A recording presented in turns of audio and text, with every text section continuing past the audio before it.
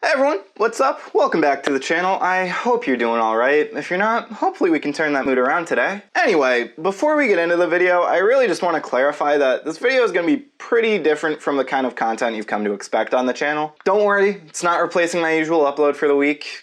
Not that I really upload weekly anyway.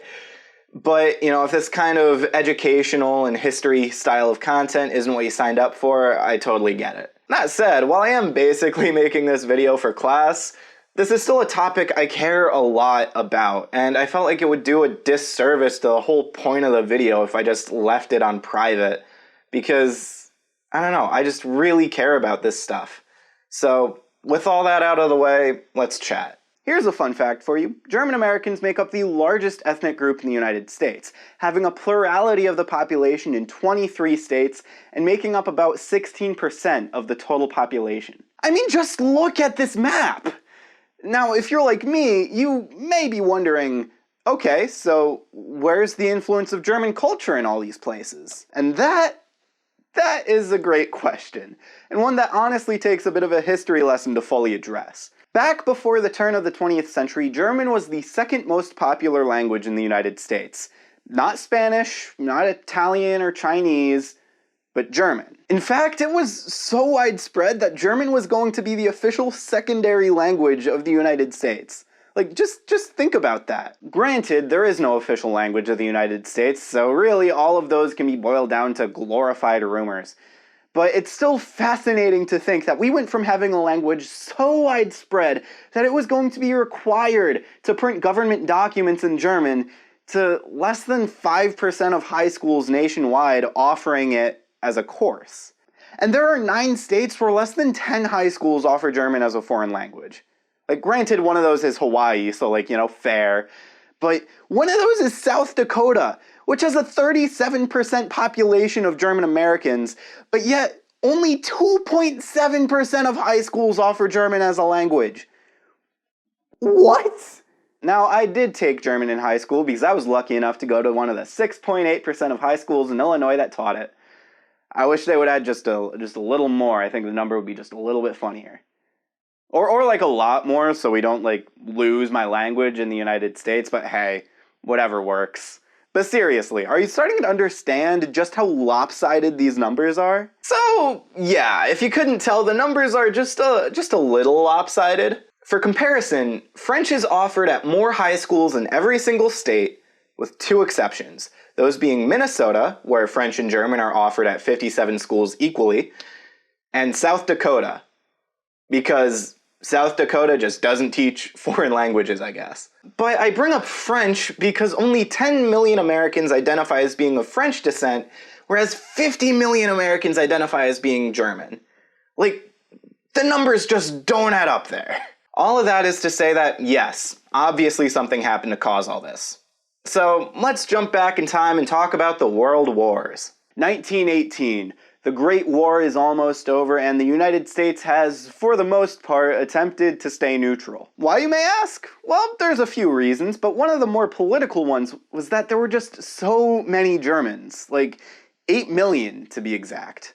And that's a substantial voting bloc, and to declare war against their motherland is just not a good look. But if you took any middle school history class, you'd know that that didn't matter, and the United States went to war for 18 months anyway.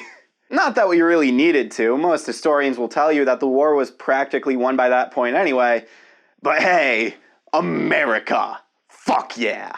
Those 18 months, though, were detrimental to the German community in the US. People were accused of being spies, convicted on sedition charges, tarred and feathered because apparently nothing had changed in the 150 years since the Revolutionary War, and even put in internment. I mean, even classical composers like Beethoven and Bach were cancelled. Granted, Beethoven eventually had his comeback in 2011 with his epic rap battle of history against Justin Bieber, but I'm still waiting for Johann to come back. That was such a bad joke. Anyway, where World War I crippled the German community, World War II dealt the death blow. In the 30s and 40s, German Americans were largely silent regarding the politics of their homeland. Their culture was still practiced and celebrated even in its tattered state, but their hesitation to vehemently oppose the Nazis only worked to further the public's perception of them as the enemy. This ultimately led to over 10,000 German Americans being locked in internment camps, German as a language being outlawed in schools in 14 states, and the remaining proud German Americans to shed their culture and assimilate out of fear of further persecution. So where does that bring us today, and why does it matter? Well, I am pretty happy to say that over the past 10 to 20 years, there has been a bit of a resurgence of German culture in the United States. From the Christkindlmarkt in Chicago starting in 1996, to the German American Congressional Caucus starting in 2010. Progress is being made to restore and rebuild this culture and community. But it's still not a fun position to be in. I'm a fourth-generation German American. By all counts, I should have at least a little bit more of a connection to my heritage and my culture than I do. My great-grandparents spoke fluent German. My grandfather speaks none. And in fact, I only know as little as I do because I was lucky enough to go to one of the few high schools in Illinois that taught it. So why does this matter? Why am I trying to reach for reasons to feel oppressed as a white guy? I mean, I want to make it clear that I am in no way trying to compare the struggle of German Americans to anybody else. I mean, let's be real, all oppression is created differently, and it's absurd for me to think that I could understand what kind of discrimination other people endure because I'm just that kind of white. My point here is twofold.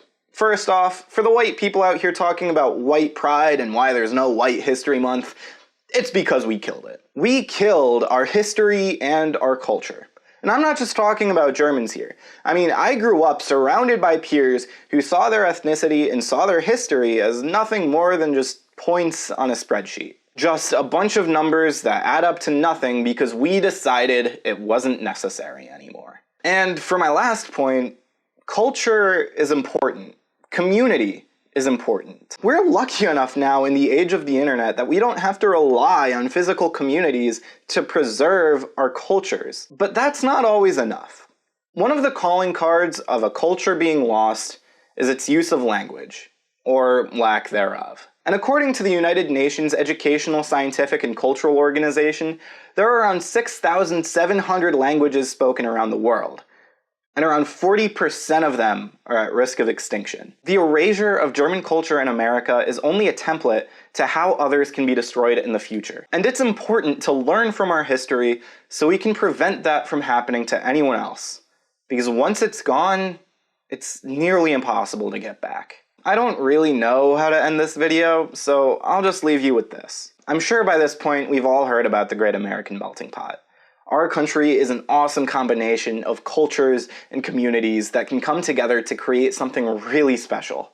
But don't let your heritage boil off. If you made it to the end, thank you so much for watching. I sincerely appreciate every single one of you. I don't usually make videos like this, so if you'd want to see more like it in the future, be sure to let me know because otherwise I promise I probably won't. If you do want to check out some of my more lighthearted videos, be sure to head over to my channel. I'm really proud of all the videos I've been making lately. And maybe even hit that subscribe button. I'd love to have you join the team here. With all that said, once again, thank you all so much for watching. Have a fantastic rest of your day, and I'll see you all next time. Peace.